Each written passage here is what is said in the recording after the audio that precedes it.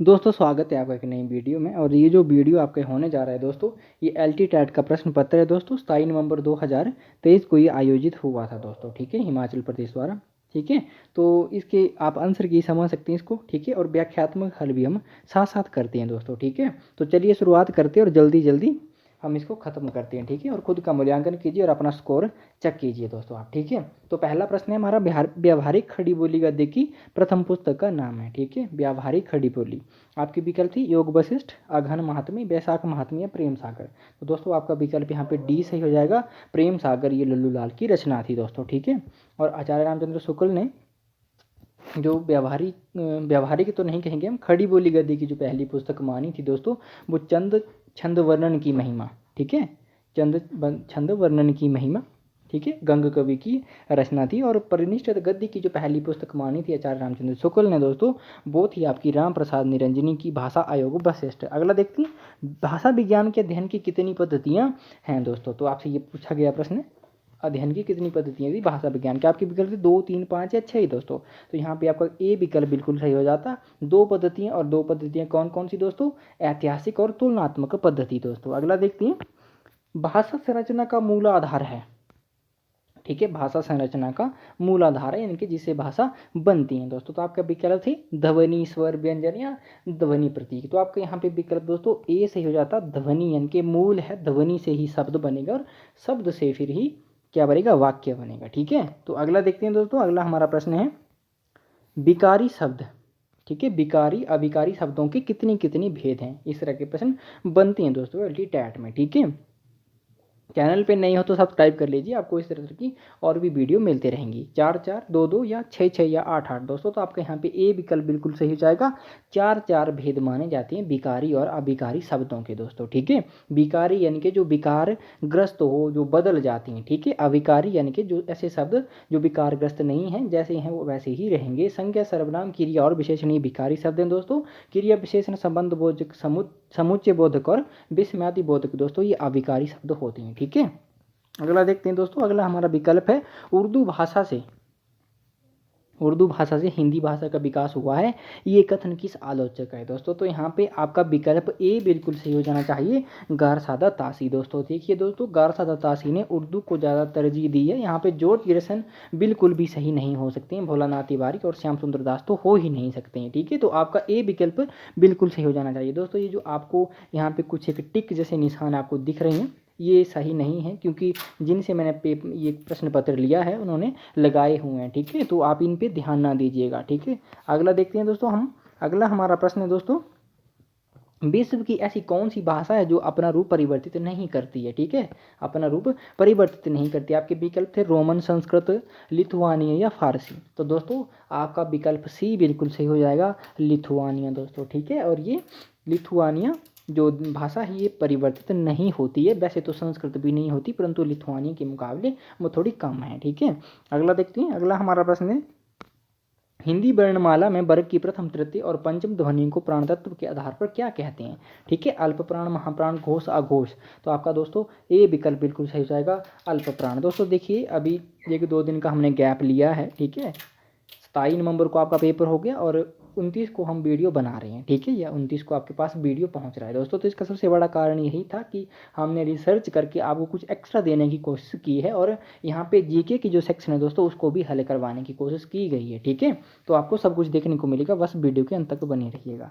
अगला देखते हैं, हिंदी साहित्य के वैज्ञानिक इतिहास नामक पुस्तक के लेखक हैं। तो आपके विकल्प थे दोस्तों, doctor Bachchan Singh, doctor Ravindra Chaudhary, doctor Nagendra, Ganpati Chandra गुप्त।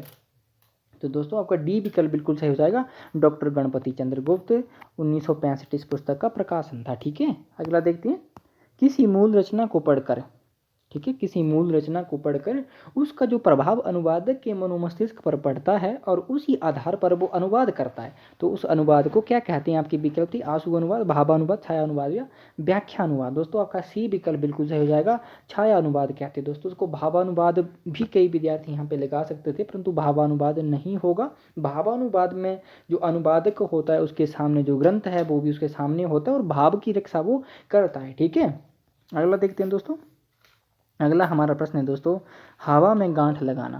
ठीक है, हवा में गांठ लगाना। मुहावरे का अर्थ क्या होगा? तो आपकी विकल्प थे बिना लागत के बढ़िया कमाई करना, बड़े बड़े दावे करना, बहुत ज़्यादा अंधेरा होना या असमर्थता जताना। तो आपका विकल्प दोस्तों बी बिल्कुल सही हो जाएगा, बड़े बड़े वादे करना। ठीक है, हवा में गांठ कोई नहीं लगा सकता, इसीलिए बड़े बड़े वादे कर देना, जो होता उसे है नहीं। ठीक है, अगला देखते हैं दोस्तों। अगला हमारा ये जो प्रश्न है ये है दोस्तों, आप हारे बहू कुमारे। लोकोक्ति का अर्थ क्या है दोस्तों? ठीक है, आप हारे यानी कि खुद से हारे, और बहू को मारे यानी कि पत्नी को मारे। ठीक है, तो यहाँ पे आपके विकल्प दिए गए हैं। ये लोकोक्ति का अर्थ क्या होगा? अपनी असफलता का गुस्सा कमजोर पर निकालना। ठीक है, मुसीबत को निमंत्रण देना, दोनों और विपत्ति होना, भिन्न भिन्न रास्ते होना। तो आपका विकल्प दोस्तों ए बिल्कुल सही हो जाएगा, अपनी असफलता का गुस्सा कमजोर पर उतारना।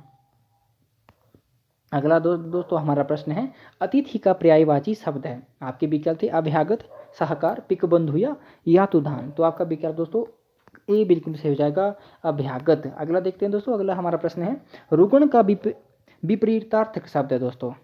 ठीक है, तो आपको बताना है रुगण का जो पर्यायवाची शब्द, पर्यायवाची नहीं कहेंगे दोस्तों, इसको विलोम शब्द भी हम कह सकते हैं। ठीक है, तो आपके विकल्प थे तुच्छ, कृपण, लाभ या स्वास्थ्य दोस्तों। तो देखिए दोस्तों, रुगण होता है आपका बीमारी। ठीक है, दुख भी आप कह सकते हैं। तो इसका जो विलोम शब्द होगा वो आपका डी यानी कि स्वास्थ्य होगा। ठीक है, अगला देखते हैं दोस्तों। अगला हमारा प्रश्न है, व्यवस्था से पूर्व कौन सा उपसर्ग लगाएं कि उसका अर्थ विपरीत हो जाए? ठीक है, तो आपके विकल्प थे आ, अप या परी दोस्तों। तो आपका यहाँ पे ए विकल्प बिल्कुल सही हो जाएगा, अ। ठीक है, व्यवस्था और अव्यवस्था। ठीक है, अव्यवस्था बन जाएगा उसका। ठीक है, तो यहाँ पे अ प्रत्यय लगाने से, सॉरी उपसर्ग प्रत्यय तो अंत में लगता है वाक्य के, शब्द के, सॉरी। ठीक है, आगे हमारा प्रश्न है दोस्तों, एलर्जी। ठीक है, ये अंग्रेजी का शब्द है। एलर्जी का अर्थ क्या होता है हिंदी में, ये आपको बताना है। ठीक है, आपके विकल्प थे ऊर्जता, निर्जुता, उत्सर्जता या प्रत्युर्जता। तो दोस्तों आपका डी विकल्प बिल्कुल सही हो जाएगा, प्रत्युर्जता। ठीक है, एलर्जी का अर्थ होता है। ठीक है, अगला देखते हैं दोस्तों। अगला हमारा प्रश्न था, ग्रिम बंधुओं ने, ठीक है, ग्रिम बंधुओं ने धर्म गाथाओं, माइथोलॉजी को आधार बनाकर, ठीक है, धर्म ग्रंथों को अंग्रेजी में माइथोलॉजी कहते हैं, ठीक है, को आधार बनाकर लोक साहित्य का अध्ययन किस शताब्दी में प्रारंभ किया? ठीक है, लोक साहित्य की यहाँ पे बात की जा रही है। तो आपका विकल्प सी सही हो जाएगा दोस्तों, यानी कि 19वीं शताब्दी में। ग्रिम बंधुओं के बारे में आपने दोस्तों ग्रिम के बारे में सुना होगा, ग्रिम भाषोत्पत्ति के सिद्धांत आपने पढ़े होंगे, तो वहाँ पे आपको ग्रिम का सिद्धांत आपको देखने को मिल जाता है। ठीक है, तो जर्मन भाषा से संबंधित ये सिद्धांत था दोस्तों। ठीक है, और भाषा विज्ञान में ध्वनि से संबंधित यानी कि शब्दनियम से संबंधित इनका ये सिद्धांत था। ठीक है, अगला देखते हैं दोस्तों। अगला हमारा प्रश्न है, साहित्य का इतिहास जनता की चित्तवृत्ति का इतिहास है। ठीक है, ये कथन किसका है? ठीक है, साहित्य का इतिहास जनता की चित्तवृत्ति का संचित इतिहास होता है। ठीक है, तो ये विकल्प किसका? आपके विकल्प थे डॉक्टर राम कुमार वर्मा, हजारी प्रसाद द्विवेदी, गणपति चंद्र गुप्त या आचार्य रामचंद्र शुक्ल। तो आपका डी विकल्प बिल्कुल सही हो जाएगा दोस्तों, आचार्य रामचंद्र शुक्ल का ये कथन है। अगला देखते हैं, भारतीय आर्य भाषाओं को काल की दृष्टि से कितने वर्गों में बांटा जा सकता है? दोस्तों यहाँ पे आपसे पूछा क्या गया है, काल की दृष्टि से आपसे पूछा गया है। ठीक है, ना कि आपकी सहूलियत की दृष्टि से, जिस तरह से हम बांटते आए हैं संस्कृत से। ठीक है, वैदिक संस्कृत, लौकिक संस्कृत, पाली, प्राकृत, भ्रंश, तो उस तरह से नहीं, काल की दृष्टि से समय के अनुसार आपसे पूछा गया। तो आपके विकल्प थे 3, 4, 2 या 1। तो आपका यहाँ पे विकल्प 3 बिल्कुल सही हो जाएगा। ठीक है, प्राचीन काल, मध्यकाल और आधुनिक काल में। ठीक है, अगला देखते हैं दोस्तों। अगला हमारा प्रश्न था, गोरख जगाए लोग भक्ति भगाए लोग, ये पंक्तियां किस कवि की? तो आपके विकल्प थे गोरखनाथ की, तुलसीदास की, कबीरदास की या रैदास की दोस्तों। तो आपका विकल्प बी बिल्कुल सही हो जाएगा, तुलसीदास की ये पंक्तियां हैं और उनका जो ग्रंथ है कवितावली उसमें आई हैं। ठीक है, अगला देखते हैं दोस्तों। अगला हमारा प्रश्न था, कुमारपाल प्रतिबोध किसकी रचना है? तो आपके विकल्प थे हेमचंद्र, विद्याधर, सोमप्रभ सूरी और जैनाचार्य मेरुतुंग। तो दोस्तों आपका यहाँ पे विकल्प सी बिल्कुल सही हो जाएगा, सोमप्रभ सूरी। देखिए दोस्तों, मैं जब आपको पहले भी मैंने बहुत से प्रश्न हल करवाए हैं प्रश्न पत्र आपके, तो मैंने कहा था एक बार आपसे, ठीक है, अगर किसी ने देखा होगा, सुना होगा, तो मैंने कहा था कि कुमारपाल प्रतिबोध और कुमारपाल चरित्र से प्रश्न जरूर बनता है, क्योंकि ये जो रचनाएं हैं सिमिलर है। ठीक है, बहुत साम्य रखती है एक दूसरे में, तो यहाँ से प्रश्न जरूर बनता ही बनता है दोस्तों। तो इसका ध्यान रखिएगा आप। ठीक है, कुमारपाल प्रतिबोध जो रचना है ये सोमप्रभ सूरी की, और कुमारपाल चरित्र जो रचना है वो हेमचंद्र की है दोस्तों। ठीक है, तो इसका विशेष ध्यान रखिएगा। अगला देखते हैं दोस्तों, अगला हमारा प्रश्न है अध्यापक पूर्ण सिंह का निबंध कौन सा नहीं है। ठीक है, क्या पूछा गया है कि इनमें से एक निबंध नहीं होगा उनका, तो ये आपको बताना है। आपके विकल्प थे दोस्तों, मजदूरी और प्रेम उनका निबंध है, बिल्कुल सही बात है। सच्ची वीरता सही बात है। फिर निराशा क्यों, ये नहीं है उनका। और आचरण की सभ्यता भी उनका निबंध है। तो आपका विकल्प सी सही हो जाएगा दोस्तों। ठीक है, अगला देखते हैं द्वैतवाद के प्रवर्तक आचार्य कौन है। ठीक है, द्वैतवाद के आपके विकल्प थे रामानुजाचार्य, मध्वाचार्य, विष्णु स्वामी या रामानंद। तो दोस्तों आपका विकल्प बी सही हो जाएगा, यानी कि मध्वाचार्य दोस्तों। ठीक है, अगला देखते हैं। अगला हमारा प्रश्न था दोस्तों, निम्न रचनाओं को आरोही कालक्रम में व्यवस्थित कीजिए दोस्तों। ठीक है, तो आरोही कालक्रम में हमने ये रचनाएं व्यवस्थित करनी थी दोस्तों। ठीक है, ये जो रचनाएं हैं दोस्तों, ये रचनाएं हैं आपकी केशवदास की। ठीक है, रीतिकाल के प्रवर्तक और राम भक्ति काव्य धारा में भी उनको स्थान दिया जाता है। ठीक है, तो आपका यहाँ पे विकल्प दोस्तों क्या सही हो जाएगा, आपका विकल्प सी सही हो जाएगा दोस्तों, रसिक प्रिया। ठीक है, कवि प्रिया, रामचंद्रिका और रत्न बावनी। ठीक है, रसिक प्रिया का जो प्रकाशन वर्ष है दोस्तों वो हो जाएगा आपका 1601। कवि प्रिया और रामचंद्रिका का प्रकाशन दोस्तों हो जाएगा आपका 1603। ठीक है, और रत्न बावनी का 1607। ठीक है, अगला देखते हैं दोस्तों, इनमें से अवधि किसके अंतर्गत आती है। ठीक है दोस्तों, और आपको इस तरह से वीडियो चाहिए तो वो इसके लिए मैंने भाषा व्युत्पत्ति से संबंधित ऑलरेडी ही प्लेलिस्ट क्रिएट कर दी है और पहले वीडियो बन चुकी है। तो आपको भाषा के विकास या वर्गीकरण से संबंधित वीडियो मिल जाएगी, आप वहाँ पे जाके उसको हल कर सकते हैं और देख सकते हैं। ठीक है, तो आपके विकल्प थे बिहारी, राजस्थानी, पश्चिमी हिंदी या पूर्वी हिंदी। तो दोस्तों आपका विकल्प यहाँ पे डी सही हो जाएगा, पूर्वी हिंदी, यानी कि पूर्वी हिंदी को अर्धमागधी हिंदी के नाम से भी जाना जाता है। ठीक है, अवधी, बघेली और छत्तीसगढ़ी दोस्तों ये जो तीन बोलियां हैं ये पूर्वी हिंदी या अर्धमागधी अपभ्रंश के अंतर्गत आती हैं और इनको याद करने की मैंने ट्रिक भी बताई हुई है, ए, बी और सी। ठीक है, ए से हो गया अवधी, बी से हो गया आपका बघेली और सी से छत्तीसगढ़ी। ठीक है, अगला देखते हैं दोस्तों, अगला हमारा प्रश्न है देवनागरी लिपि का विकास किस लिपि से हुआ। तो ये आपके विकल्प थे खरोष्टी, चित्रलिपि, ब्राह्मी लिपि या गुरुमुखी लिपि। तो दोस्तों आपका जो विकल्प सी है बिल्कुल सही हो जाएगा, ब्राह्मी लिपि से। ठीक है, अगला देखते हैं, अगला हमारा प्रश्न है दोस्तों आंधी के आम मुहावरे का सही अर्थ चुनिए। ठीक है, आंधी के आम आपके विकल्प थे सस्ती चीज, आनंदित होना, कोई प्रश्न बाकी न रखना या बुरा लगना। दोस्तों तो आपका विकल्प ए सही हो जाएगा, सस्ती चीज। ठीक है, सॉरी, अगला देखते हैं 84 वैष्णवन की वार्ता किस भाषा में लिखी गई है। ठीक है, ये गद्य की रचनाएं हैं। ठीक है दोस्तों, तो आपका विकल्प थे हिंदी, राजस्थानी, ब्रजभाषा या अपभ्रंश दोस्तों। तो यहाँ पे आपका विकल्प सी सही हो जाएगा, ब्रजभाषा में। ठीक है, अगला देखते हैं दोस्तों, अगला हमारा प्रश्न है ड्राफ्ट को हिंदी में क्या कहते हैं। ठीक है, ड्राफ्ट को हिंदी में क्या कहते हैं, आपके विकल्प से प्रारूपण, यहाँ पे रूपण नहीं होना चाहिए, रूपण होना चाहिए, प्रारूपण। ठीक है, प्रतिवेदन, टिप्पणियाँ, पत्र। तो दोस्तों ड्राफ्ट यानी कि मसौदा। ठीक है, प्रारूप भी इसको कह सकते हैं, प्रारूप तैयार करना किसी चीज़ का, मसौदा, उसको जो साहित्यिक भाषा हिंदी है उसमें प्रारूपण कहते हैं। आपका ए विकल्प सही हो जाएगा दोस्तों। अगला देखते हैं, खुद का मूल्यांकन करते रहिए दोस्तों, अपना खुद का स्कोर चेक करते रहिए और ये सटीक आंसर किए दोस्तों। ठीक है, और चैनल पे नहीं हो तो बने रहिए और आपकी हर संभव यहाँ पे सहायता की जाती है। आप कोई भी कमेंट करेंगे उसका आपको जवाब भी दिया जाएगा। ठीक है, रिप्लाई जरूर किया जाएगा। किसी तरह का कोई भी आपके क्वेश्चन हो तो आप पूछ सकते हैं। ठीक है, मुख्य रूप से क्रिया के कितने भेद हैं। ठीक है, यहाँ पे किस तरह से पूछा गया है, मुख्य रूप से पूछा गया है। ठीक है, तो आपके विकल्प थे 4, 1, 3 या 2।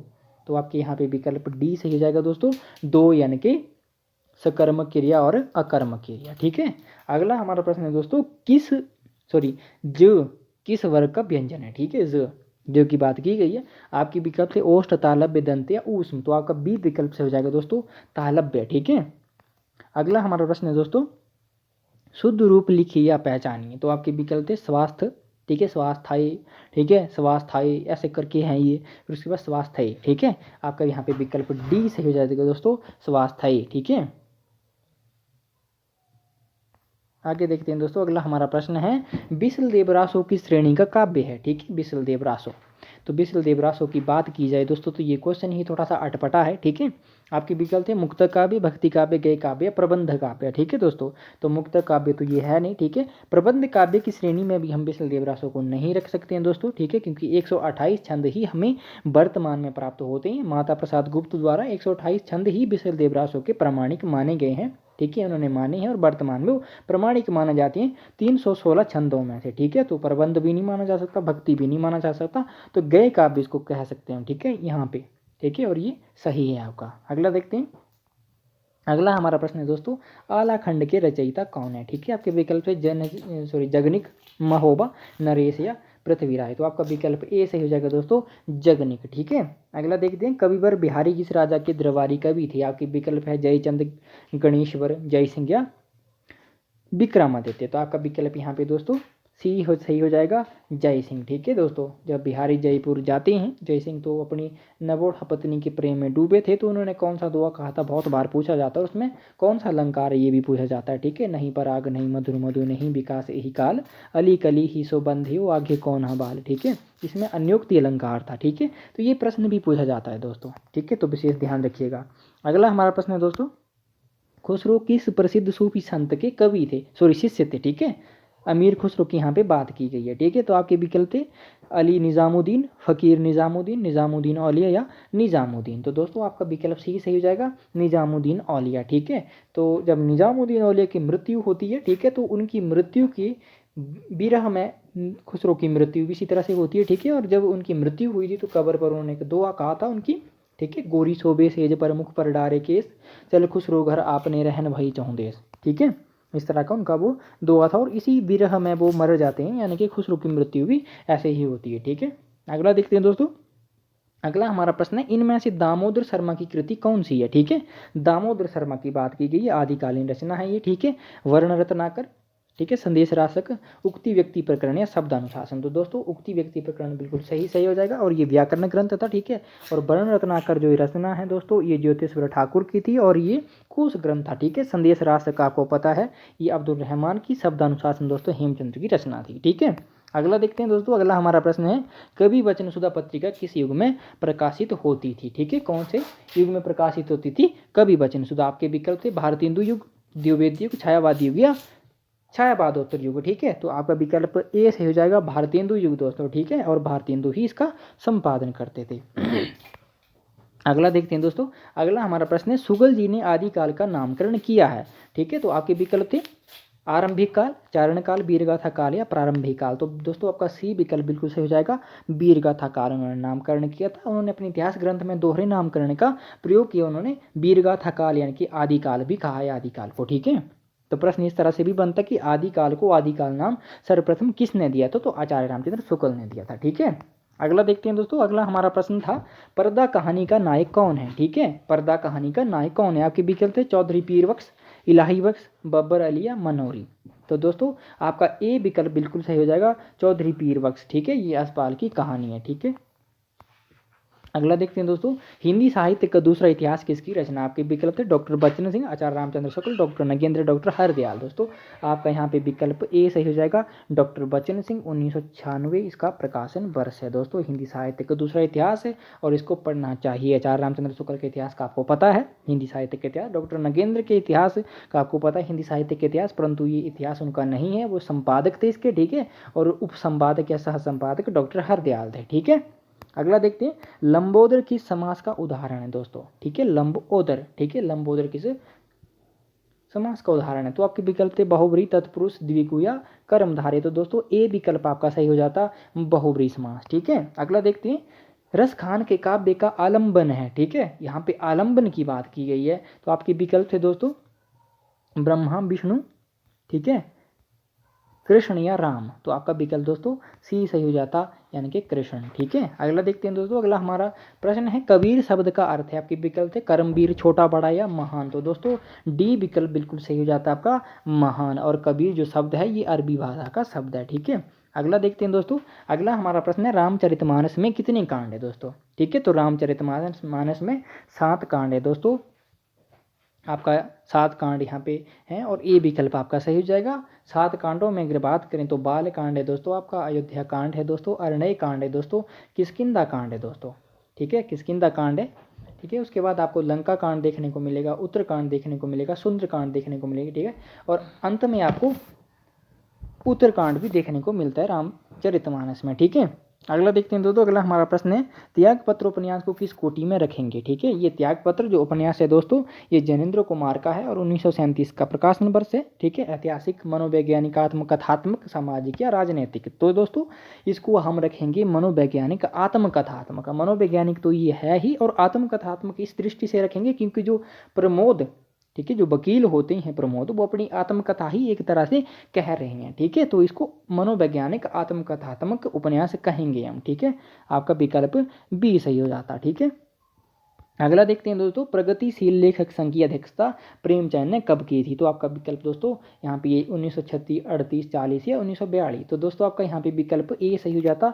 1936 ईस्वी में लखनऊ में इसकी अध्यक्षता की थी मुंशी प्रेमचंद ने, ठीक है। और उसके बाद 1936 के बाद ही हिंदी साहित्य में प्रगति जो बाद चला था, ठीक है, आपको पता ही है, ठीक है। प्रगतिवाद एक काव्य धारा चल पड़ी 1936 से 1942 तक, ठीक है। अनुवाद का समानार्थक शब्द कौन सा है दोस्तों। तो यहाँ पे तो मुझे कन्फ्यूजन हो रही है, ठीक है। ट्रांसलेशन भी अनुवाद का समानार्थी शब्द है, ठीक है। तर्जुमा भी है, ठीक है, क्योंकि उर्दू का शब्द है ये अनुवादक, और ट्रेडुकेशन नहीं होगा दोस्तों, ये तो नहीं होंगे, ठीक है। परंतु यहाँ पे मुझे अगर उर्दू की बात करें तो हमें तर्जुमा ये सही लग रहा है, ठीक है।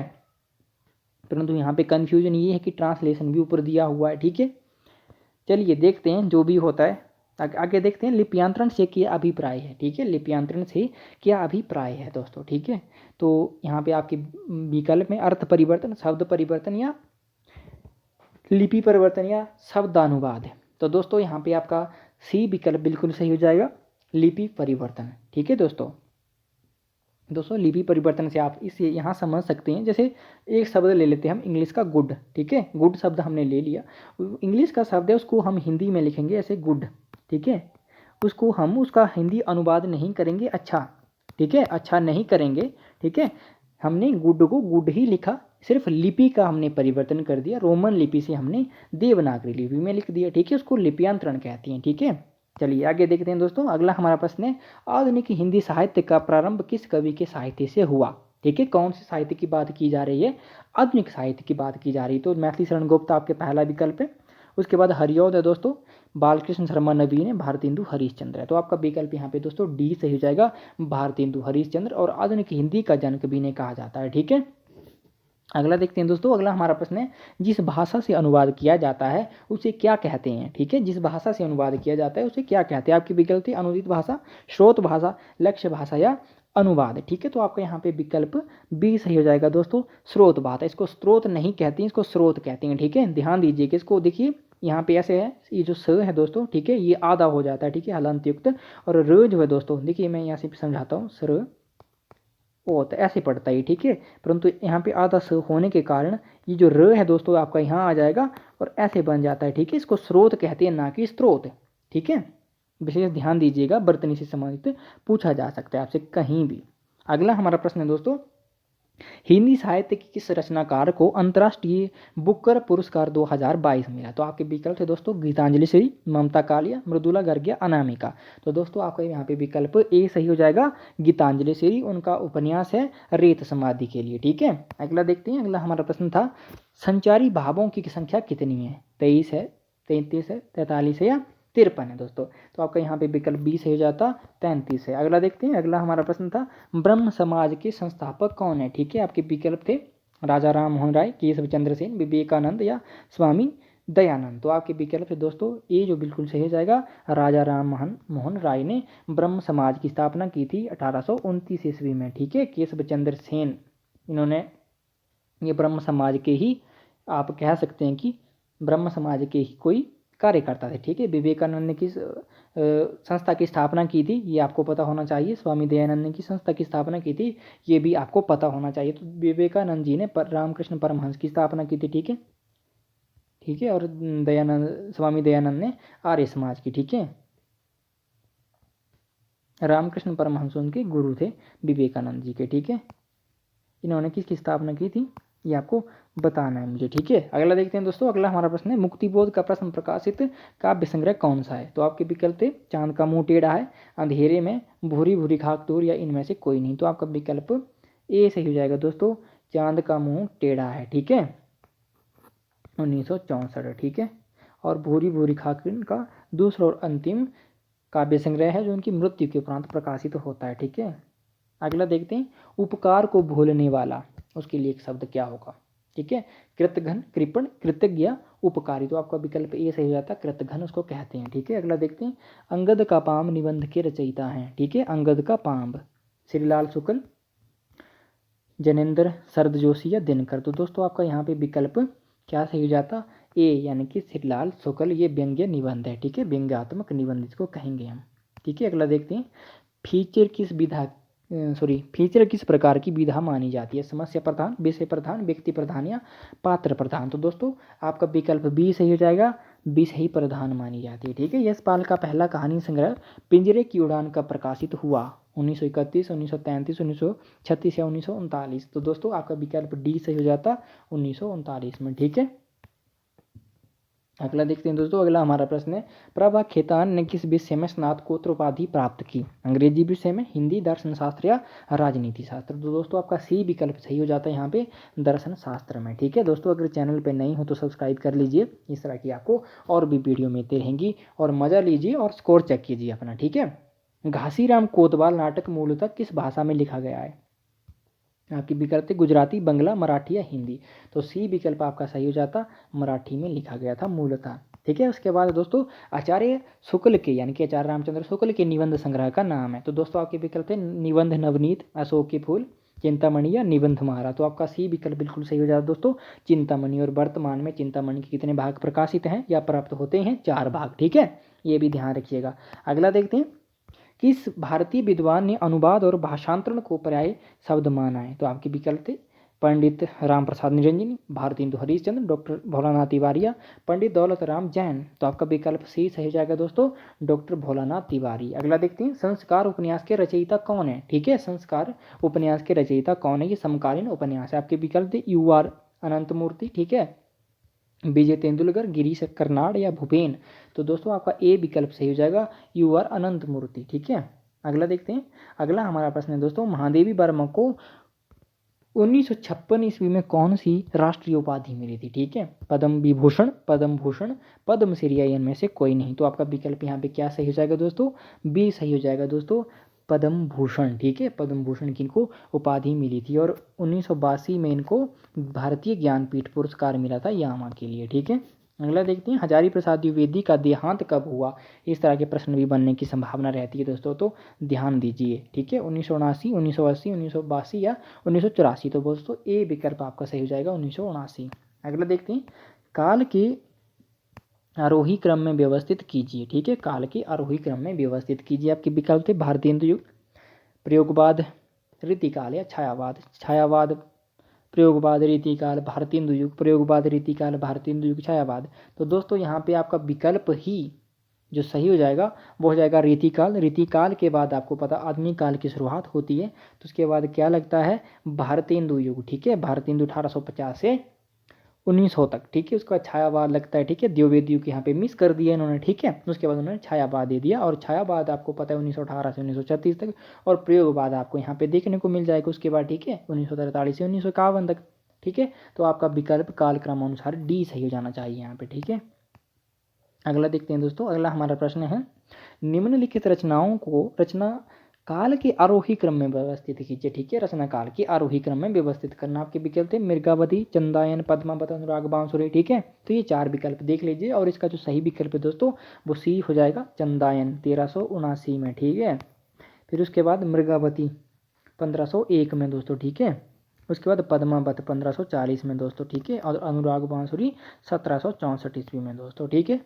अगला देखते हैं दोस्तों, अगला हमारा प्रश्न है, रुकोगी नहीं राधिका, शेष यात्रा, उषा प्रेमवदा की किस विधा की रचनाएं हैं। उपन्यास है, नाटक, कहानी या निबंध है। तो किस विधा की रचनाएं दोस्तों, उपन्यास विधा की रचनाएं, ए विकल्प आपका सही हो जाता है, ठीक है। अगला देखते हैं दोस्तों, अगला हमारा प्रश्न है, निम्नलिखित पंक्तियों को रचनाकारों से सुमेलित कीजिए और सही विकल्प का चयन कीजिए, ठीक है। रवि शशि नखत दिहई ओही ज्योति। तो ये जो पंक्तियां हैं दोस्तों ये जायसी की है। प्रभु जी तुम धन हम धन बन हम मोरा, इस तरह की पंक्तियां दोस्तों ये रैदास की है। काहे को तो लीनी तू कुम लीनी, ठीक है, ये कबीर जी की। अजगर करे न चाकरी, पंछी करे न कामदास, मलुका कह गए सब के दाता राम, ठीक है, तो ये मलुकदास की है, ठीक है। तो आपका विकल्प यहाँ पे देखते हैं, 1 का 3, 1 का 3 कहाँ पे होगा, 1 का 3 आपको यहाँ पे मिल गया, ठीक है। और एक ए में ही 1 का 3 है, बाकी किसी में नहीं है, तो ए विकल्प आपका सही हो जाएगा दोस्तों, ठीक है।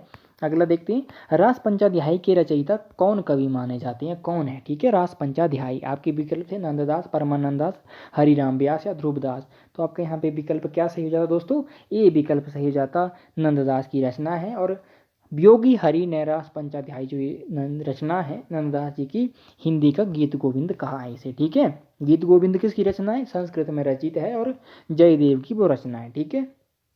अगला देखते हैं दोस्तों, अगला हमारा प्रश्न है, भ्रमर गीत का मूल प्रेरणा स्रोत कौन सा पुराण है, ठीक है।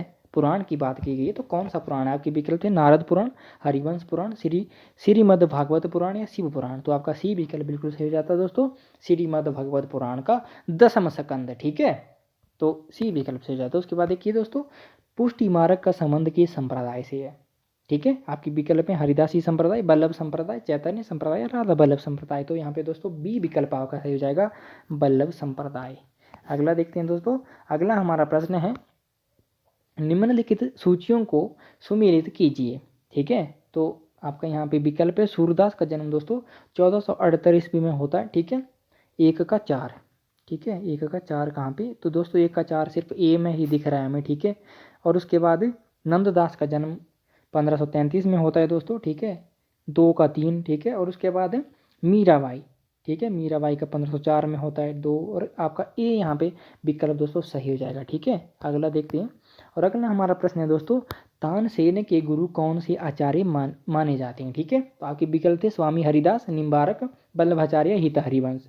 तो दोस्तों आपका यहाँ पे विकल्प ए बिल्कुल सही हो जाएगा, स्वामी हरिदास, तानसेन और बैजू बावरा के जो वो गुरु माने जाते हैं, ठीक है। अगला देखते हैं दोस्तों, मीरा का अंतिम समय किस मंदिर में व्यतीत हुआ था।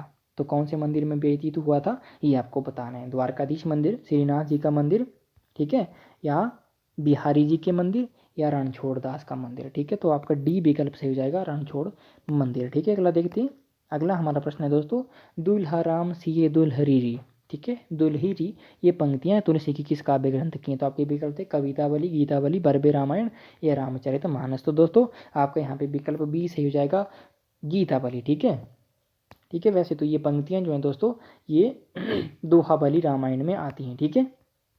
अगला देखते हैं दोस्तों, अगला हमारा प्रश्न है, रामानंद के गुरु का क्या नाम था। आपके विकल्प है राघवानंद, वल्लभाचार्य, नाभादासी और रामानुजाचार्य। तो दोस्तों आपका यहाँ पे ए विकल्प सही हो जाएगा, राघवानंद, ठीक है। उत्तर भारत में जो भक्ति का प्रवर्तन किया था वो राघवानंद ने किया था, और उत्तर भारत में भक्ति का जो प्रचार प्रसार किया था, प्रचार प्रसार हम कह सकते हैं, ठीक है, वो रामानंद ने किया था। अगला देखते हैं, रामावत संप्रदाय के प्रवर्तक इनमें से कौन है। तो आपके विकल्प थे मध्वाचार्य, रामानंद, नाभादास या राघवानंद। तो दोस्तों बी विकल्प से हो जाएगा रामानंद, ठीक है, रामानंदी संप्रदाय की ये प्रवर्तक थे, ठीक है। और इनके जो शिष्य होते थे, या इस संप्रदाय के जो हम शिष्य कह सकते हैं या संत कह सकते हैं उनको, ठीक है, वो बैरागी नाम से जाने जाते थे, ठीक है। अगला देखते हैं दोस्तों, क्योंकि इस तरह के प्रश्न बनने की संभावना रहती है और प्रश्न बन भी सकते हैं दोस्तों, तो विशेष ध्यान दीजिएगा, ठीक है। इन कवियों को कालानुक्रम, ठीक है, कालानुक्रमसार क्या करना है, आरोही क्रम में व्यवस्थित करना है, ठीक है, ठीक है, कालक्रमानुसार इनके जन्म काल के अनुसार। तो आपके विकल्प थे तुलसीदास, ईश्वरदास, नाभादास और केशवदास, ठीक है। तो दोस्तों यहाँ पे आप विकल्प देख लीजिए, और यहाँ पे मुझे विकल्प इसका बी सही लग रहा है, ईश्वरदास, तुलसीदास, केशवदास और नाभादास, ठीक है। अगला देखते हैं, इनमें से स्वयं भू द्वारा रचित राम कथा कौन सी है। तो आपका विकल्प यहाँ पे क्या सही हो जाता है दोस्तों, आपके विकल्प थे पौमचार्यु, ठीक है, पौमचर्युम, ठीक है, महापुराण या रामचरितम, ठीक है दोस्तों। तो दोस्तों आपका यहाँ पे जो विकल्प है वो ए सही हो जाता है दोस्तों, पौमचार्यु, ठीक है, यहाँ पे चार्यु नहीं होना चाहिए, पौमचर्यु होना चाहिए, ठीक है, ठीक है। अगला देखते हैं दोस्तों, तुलसी की माता का क्या नाम था, ठीक है। ये प्रश्न आपसे पूछा गया है, तो छोटे छोटे प्रश्न है, आसान से प्रश्न है, अगर जिन विद्यार्थियों ने थोड़ी सी भी अगर तैयारियां की हैं तो उनका तो मुझे लगता है वो मेरिट में आएंगे, ठीक है, हो जाएगा, यानी कि ये कह सकते हैं तुलसी की माता का क्या नाम था। आपके विकल्प थे कौशल्य देवी, विद्यावती, ठीक है। उसके बाद है रत्नावली या हुलसी। तो दोस्तों आपका यहाँ पे डी विकल्प सही हो जाएगा, हुलसी। रत्नावली इनकी पत्नी का नाम था, ठीक है। रहीमदास का एक दोहा भी है, ठीक है। सुरतिय नृत्य नागतिय सब चाहते अस होई, गोद लिए हुलसी फिरे तुलसी सो सुत होई। इस दोहे के संबंध में भी दोस्तों बहुत बड़ी कन्फ्यूजन है, ठीक है। कई कहते हैं कि एक पंक्ति तुलसीदास की है, दूसरी रहीमदास की, और सच्ची ऐसा लगता भी है कि ये एक पंक्ति तुलसीदास की रहीम की है। चलो इसके संबंध में हम कभी फिर बात करेंगे, ठीक है। अभी आंसर की देख लेते हैं सिर्फ, ठीक है। अगला देखते हैं दोस्तों। अगला हमारा प्रश्न है रामचरितमानस का रचनाकाल इनमें से क्या है। आपकी विकल्प थे 1550, 1631, 1574 या 1620। तो आपका सी विकल्प सही हो जाएगा 1574 है दोस्तों, ठीक है। अगला देखते हैं भ्रमर गीत प्रसंग का उपजीव्य ग्रंथ क्या है, ठीक है। भ्रमर गीत की श्रीमद् भागवत पुराण, श्रीमद् भगवत गीता, महाभारत या विष्णु पुराण। तो आपका विकल्प ए सही हो जाएगा दोस्तों, श्रीमद् भागवत पुराण। अगला देखते हैं दोस्तों। अगला हमारा प्रश्न है राष्ट्रवाद का संबंध ईश्वर के किस रूप से है। आपके विकल्प थे सगुण साकार, निर्गुण निराकार, उक्त दोनों से है या इनमें से कोई नहीं। तो आपका विकल्प बी सही हो जाएगा दोस्तों, निर्गुण निराकार ईश्वर से है, ठीक है। अगला हमारा जो प्रश्न है दोस्तों, हिंदी के किस काल में लक्षण ग्रंथों का निर्माण हुआ। आपकी विकल्प थे आधुनिक काल, रीतिकाल, भक्तिकाल या आदिकाल। तो दोस्तों आपका विकल्प बिल्कुल सही हो जाएगा बी, ठीक है, रीतिकाल में यानी कि। अगला देखते हैं इनमें से रीति सिद्ध कवि कौन से हैं या कौन है। रीति सिद्ध की बात की गई, आपकी विकल्प है बिहारी, घनानंद, देव या ठाकुर। तो आपका विकल्प ए सही हो जाएगा, बिहारी दास रीति सिद्ध कवि हैं, घनानंद रीतिबद्ध कवि है, ठीक है। नहीं सॉरी, घनानंद रीतिबद्ध नहीं है, रीति मुक्त है, और घनानंद और ठाकुर रीति मुक्त और देव है रीतिबद्ध, ठीक है। अगला देखते हैं इनमें से रीतिकाल का कौन सा कवि प्रकृति चित्रण के लिए सुविख्यात है।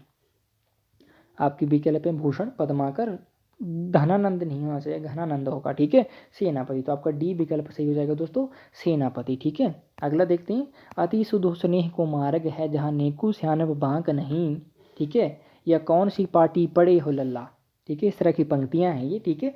ये पंक्तियां किस कवि की। तो आपकी विकल्प थे पद्माकर की, मतीराम की, ग्वाल कवि की या घनानंद की। दोस्तों ये धनानंद नहीं है, टाइपिंग संबंधी मिस्टेक्स की है उन्होंने, ये बहुत गलत बात है, ठीक है। मिस्टेक्स नहीं करनी चाहिए। आपका विकल्प डी से हो जाएगा, घनानंद की ये पंक्तियां। दोस्तों अगला देखते हैं डॉक्टर नगेंद्र ने रीति ग्रंथकारों को किस प्रकार का आचार्य माना है। आपके विकल्प थे कवि, शिक्षक आचार्य माना, उद्भावक आचार्य माना, व्याख्याताचार्य माना, ये में से कोई नहीं। तो दोस्तों आपका ये विकल्प से हो जाएगा, कवि, शिक्षक, आचार्य माना है, ठीक है। अगला देखते हैं दोस्तों इनमें से कौन सा कथन असत्य है, ठीक है। कौन सा कथन असत्य। आपके विकल्प थे बिहारी सतसई में 713 दोहे, भूषण रीतिबद्ध कवि हैं, घनानंद की प्रेमिका का नाम सुजान था, केशव रीतिकाल के प्रवर्तक हैं।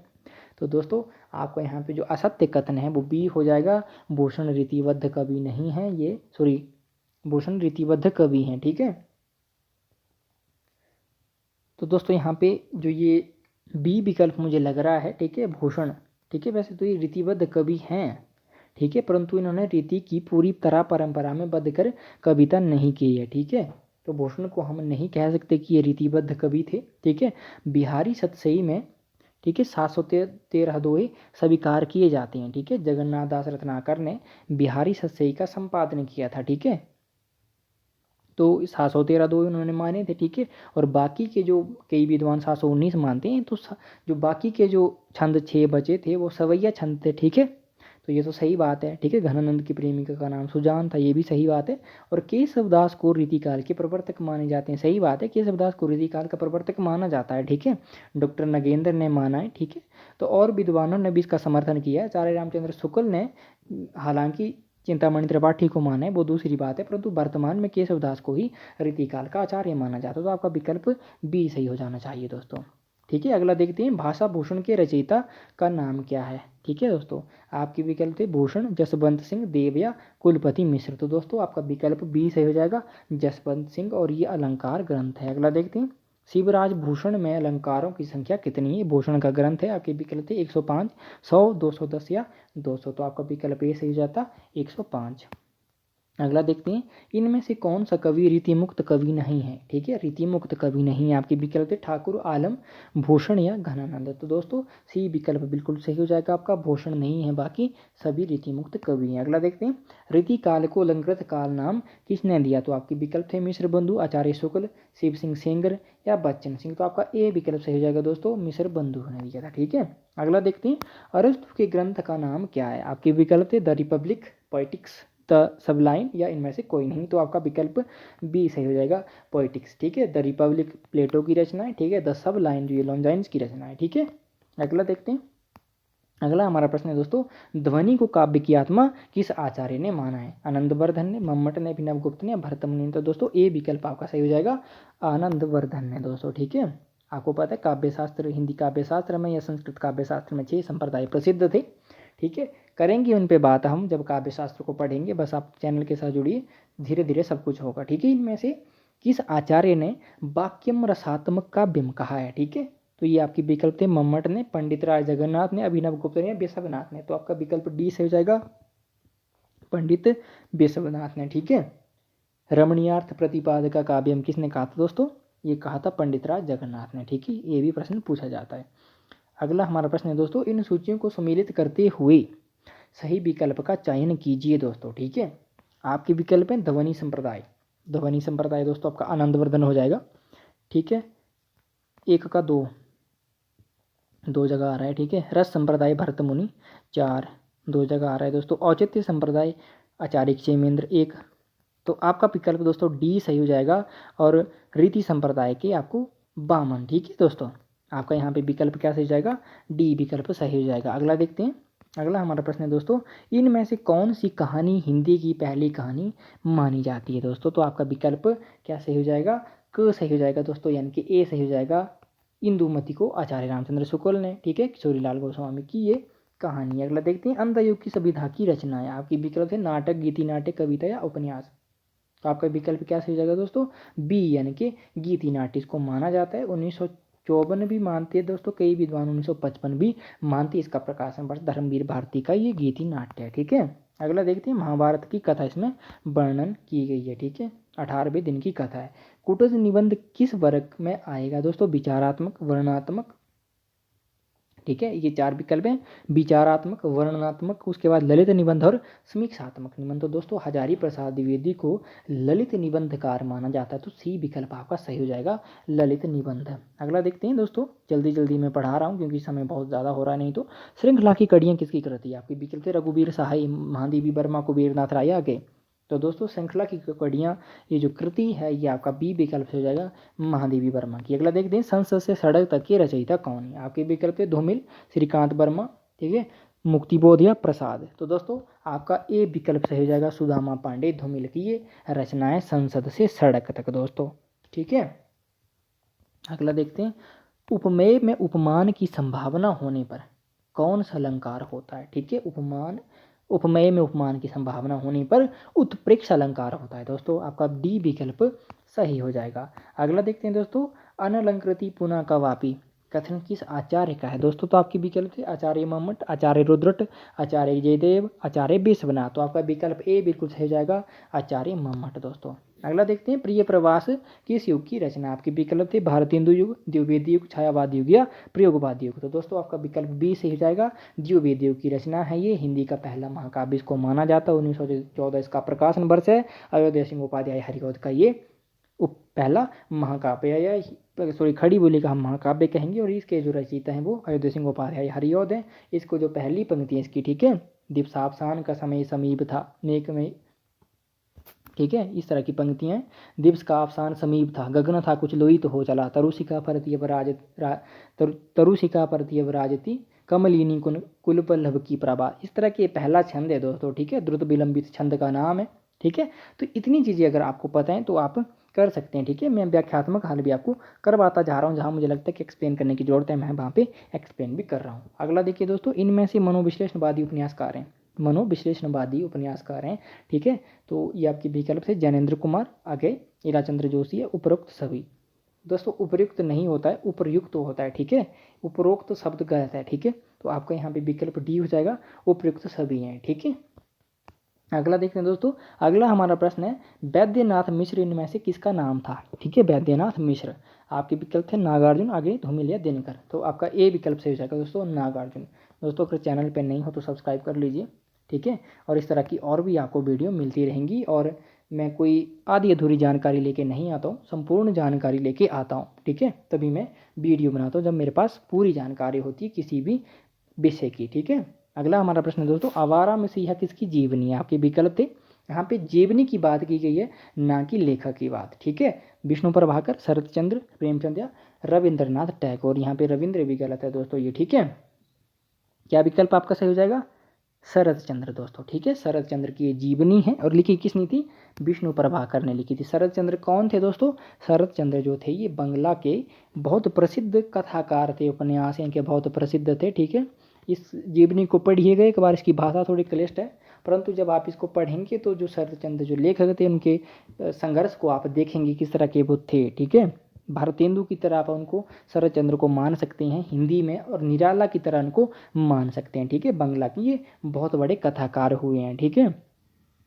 और हिंदी का शरत चंद्र किसे कहा जाता है, आपको पता है या नहीं पता है, तो मुझे आप बताएंगे कि हिंदी का शरत चंद्र किसे कहा जाता है। और मुंशी प्रेमचंद को उपन्यास सम्राट की जो उपाधि दी थी वो इन्हीं शरत चंद्र ने दी थी दोस्तों। ठीक है, तो आप मुझे बताइएगा। ठीक है, अगर आप मुझे यहाँ तक देख रही हैं मुझे, तो आप मुझे ये बताएंगे कि हिंदी का शरत चंद्र किसे कहा जाता है। ठीक है, अगला देखते हैं दोस्तों, मैला आंचल किस प्रकार का उपन्यास है। आपकी विकल्प थी ऐतिहासिक उपन्यास है, सांस्कृतिक, सामाजिक या आंचलिक उपन्यास है। तो दोस्तों डी विकल्प आपका सही हो जाएगा, आंचलिक उपन्यास है ये दोस्तों, 1924 का प्रकाशन है। ठीक है, अगला देखते हैं दोस्तों, अगला हमारा प्रश्न है परीक्षा गुरु का प्रकाशन कब हुआ था। 1882 में हुआ, 1870, 1870 या 1890। तो दोस्तों आपका ये विकल्प सही हो जाएगा, 1882 में हुआ था। अगला देखते हैं त्यागपत्र उपन्यास की केंद्रीय समस्या क्या है। ठीक है, त्यागपत्र 1937 में ज्ञानेंद्र कुमार का ये उपन्यास है। ठीक है, तो इसमें मूल समस्या, ये मूल संवेदना भी यहाँ पे हो सकता था, क्या है इसकी, भ्रष्ट न्याय व्यवस्था है, नारी शोषण है, राजनीतिक भ्रष्टाचार या सामाजिक।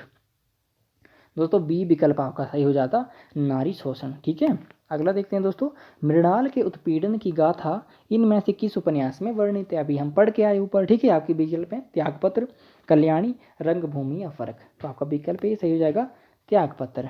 ठीक है, अगला देखते हैं, प्रेमचंद का कौन सा उपन्यास कृषक जीवन का महाकाव्य है। ठीक है, आपके विकल्प थे गगन, प्रेमाश्रम, निर्मला या गोदान। तो आपका डी विकल्प सही हो जाएगा, गोदान। अगला देखते हैं दोस्तों, वापसी कहानी की लेखिका कौन है। आपके विकल्प है मनु भंडारी, उषा प्रियंवदा, ममता कालिया, रजनी पनिकार। तो आपका विकल्प यहाँ पे दोस्तों बी सही हो जाएगा। ठीक है, उषा प्रियंवदा, 1960 इस कहानी का प्रकाशन था। ठीक है, अगला देखते हैं, अगला हमारा प्रश्न है दोस्तों, हिंदी की प्राणधारा डॉक्टर हजारी प्रसाद द्विवेदी ने किसे माना है। ठीक है, हिंदी की प्राणधारा आपके विकल्प थे प्राकृत, अवहट, अपभ्रंश या संस्कृत दोस्तों। ठीक है, तो हिंदी की जो प्राणधारा थी, ठीक है, उसको हम अवहट को ही मान सकते हैं दोस्तों, परंतु मैं खुद कन्फ्यूज हूँ। ठीक है, परंतु यहाँ पे हम देखिए हिंदी का जो जन्म होता है, ठीक है, किससे होता है, अपभ्रंश अवहट। ठीक है, अवहट और अपभ्रंश, यानी कि अपभ्रंश का जो उत्तरवर्ती रूप था उसको ही हम अवहट कहते हैं, तो उससे ही हिंदी का विकास होता है। ठीक है, तो हजारी प्रसाद द्विवेदी ने अवहट को ही माना होगा, परंतु मुझे ये प्रश्न नहीं मिला और मैंने सर्च भी नहीं की इसके बारे में ज़्यादा। ठीक है, मुझे जितने आते थे मैंने भी देखे हैं, परंतु अवहट मुझे लग रहा है इसका। ठीक है, अगला देखते हैं, छत्तीसगढ़ी किस उपभाषा की बोली है। छत्तीसगढ़ी आपके विकल्प थे पश्चिमी, पूर्वी, बिहारी या राजस्थानी। तो दोस्तों आपका बी विकल्प सही हो जाएगा, पूर्वी हिंदी यानी कि अर्धमागधी हिंदी। ठीक है, अगला देखते हैं, बैंसबाड़ी। ठीक है, यहाँ पे बैंसबाड़ी होना चाहिए, बैंसबाड़ी किस बोली का दूसरा नाम है। ठीक है, बैंसबाड़ी। आपके विकल्प है कनौजी, अवधी, बुंदेली या बांगरू दोस्तों। तो आपका विकल्प बी सही हो जाएगा, अवधी। अगला देखते हैं, अगला हमारा प्रश्न है, फोर्ट विलियम कॉलेज कहाँ स्थित था। ठीक है, तो फोर्ट विलियम जो कॉलेज था दोस्तों ये था आपका कलकत्ता में स्थित है। ठीक है, 1800 ईस्वी में इसकी स्थापना होती है और ये चलता कब तक है, 1854 तक ये चलता है। ठीक है, अगला देखते हैं दोस्तों, भारोपीय परिवार। ठीक है, भारोपीय भाषा परिवार का दूसरा नाम इंडो जर्मनी किसके द्वारा दिया गया था, या क्या दिया गया था। आपके विकल्प है भोलानाथ तिवारी, मैक्स मूलर, जैस्पर्सन या डॉक्टर चाटोरिया। ठीक है, डॉक्टर सुनीति कुमार चटर्जी यहाँ पे होना चाहिए पूरा नाम उनका। ठीक है, तो आपका विकल्प बी सही हो जाएगा दोस्तों, मैक्समोलर। दोस्तों ये हिंदी के जो हमारे प्रश्न थे यहाँ पे साहित्य की भी आ गए आपके, ठीक है, हिंदी साहित्य इतिहास से भी बन गए, व्याकरण से भी बन गए, काव्य शास्त्र से भी बन गए, भाषा विज्ञान से 120 प्रश्न